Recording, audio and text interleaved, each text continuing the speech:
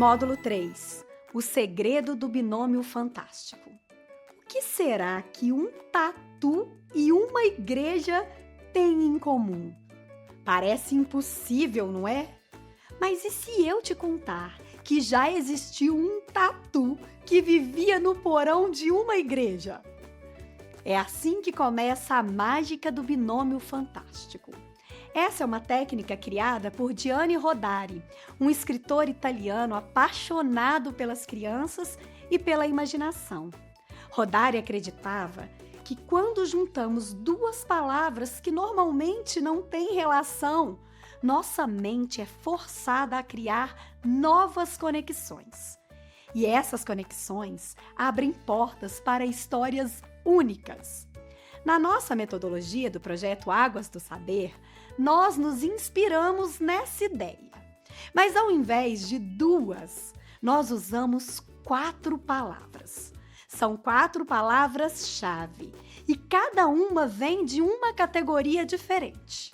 Uma palavra se relaciona com um sentimento, a outra com um personagem, a outra com um problema ambiental e a quarta com um cenário. Normalmente, gente, o cenário ele pode ser escolhido a partir daquela conversa que nós tivemos lá na apresentação, em que perguntamos sobre os lugares que as crianças mostrariam, sobre os lugares que ela não levaria ninguém para conhecer. Isso, sobretudo quando a gente quer enfatizar nas histórias os locais onde as crianças moram, tá? Que aí a gente pode fazer essa relação.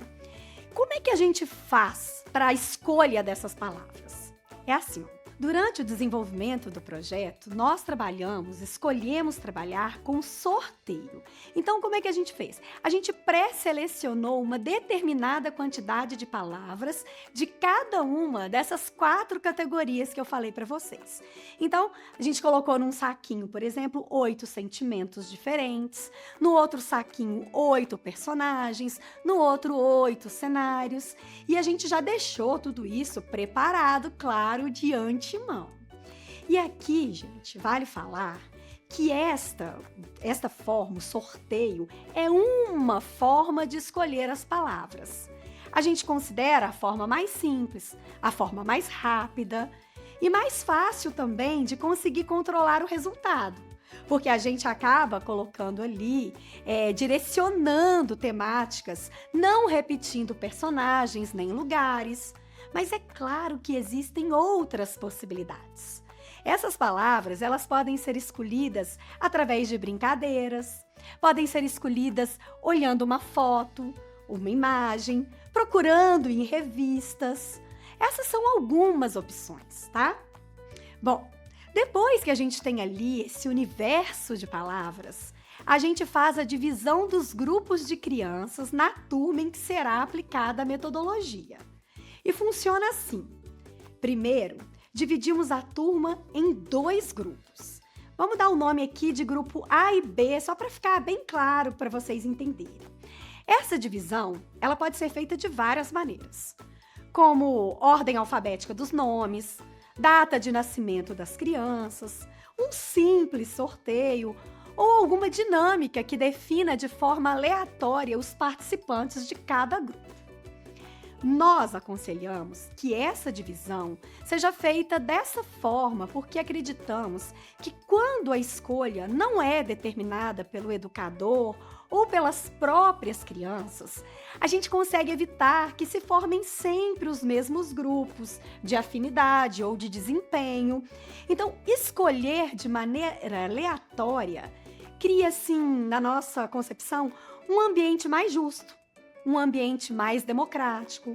A gente também consegue estimular a interação entre os colegas, uma interação entre colegas que talvez não convivam tanto no dia a dia, que não tenham afinidade.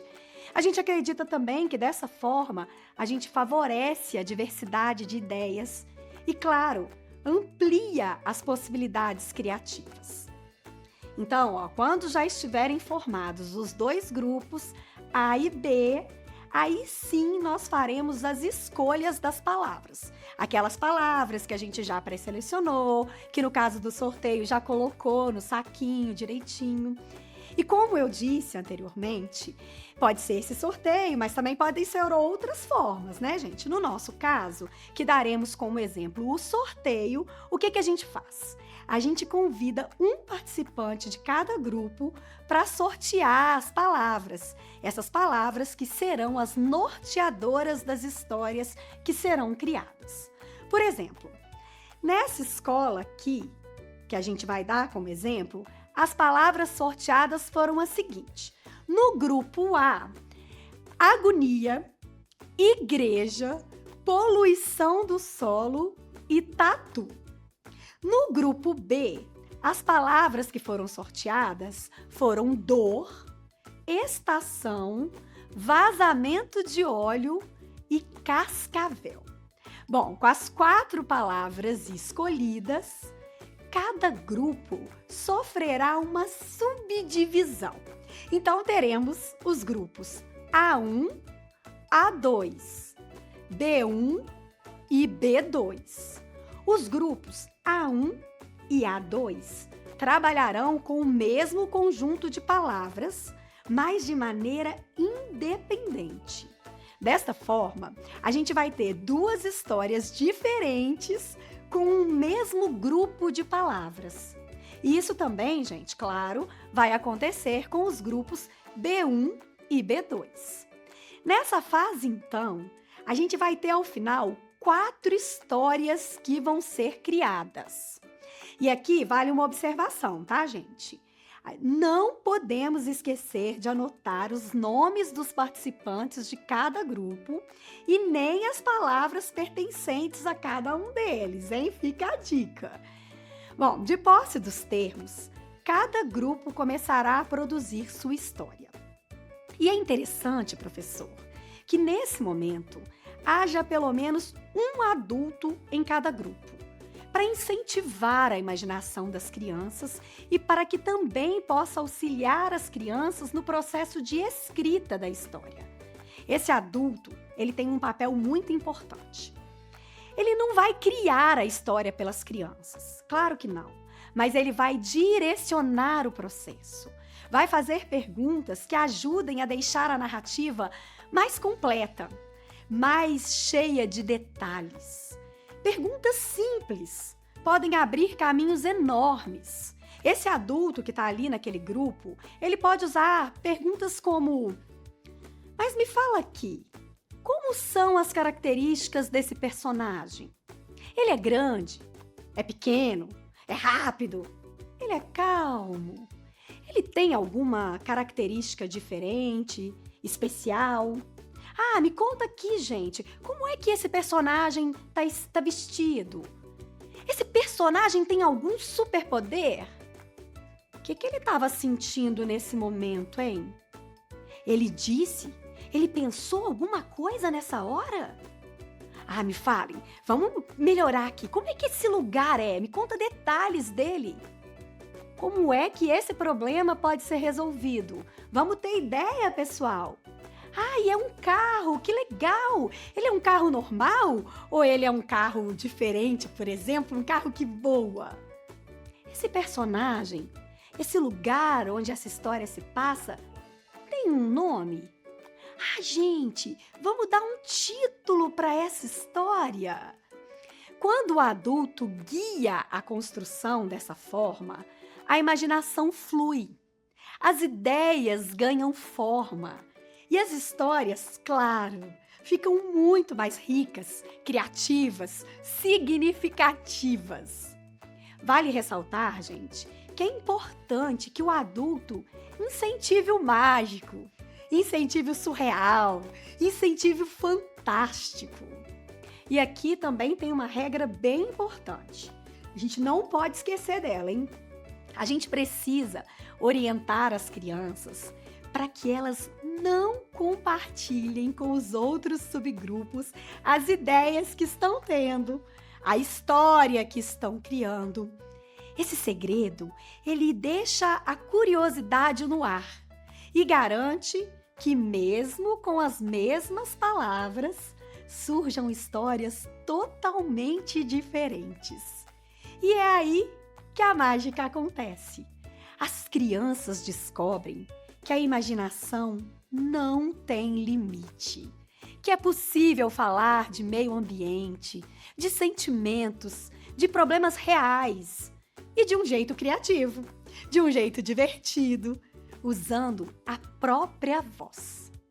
E agora é a sua vez, hein? Você aí que está vendo esse vídeo. Olhe ao seu redor. Escolha 2 objetos. Se você está na sua casa, 2 objetos aí da sua casa. E invente uma frase juntando esses 2 objetos. Pode ser uma frase maluca, pode ser engraçada, pode ser até mesmo poética. O importante é deixar a imaginação fluir. E antes da gente finalizar, eu vou deixar aqui uma observação importante.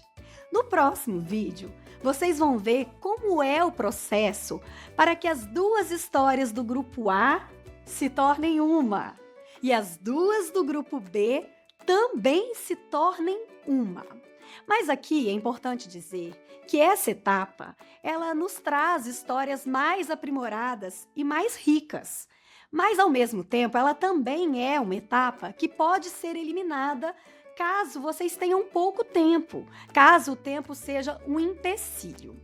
E aí, então, teríamos nessa fase apenas os grupos A e B. Não subdividiríamos os grupos em A1, A2, B1, B2. E também não seriam criadas 4 histórias. Seriam criadas apenas 2.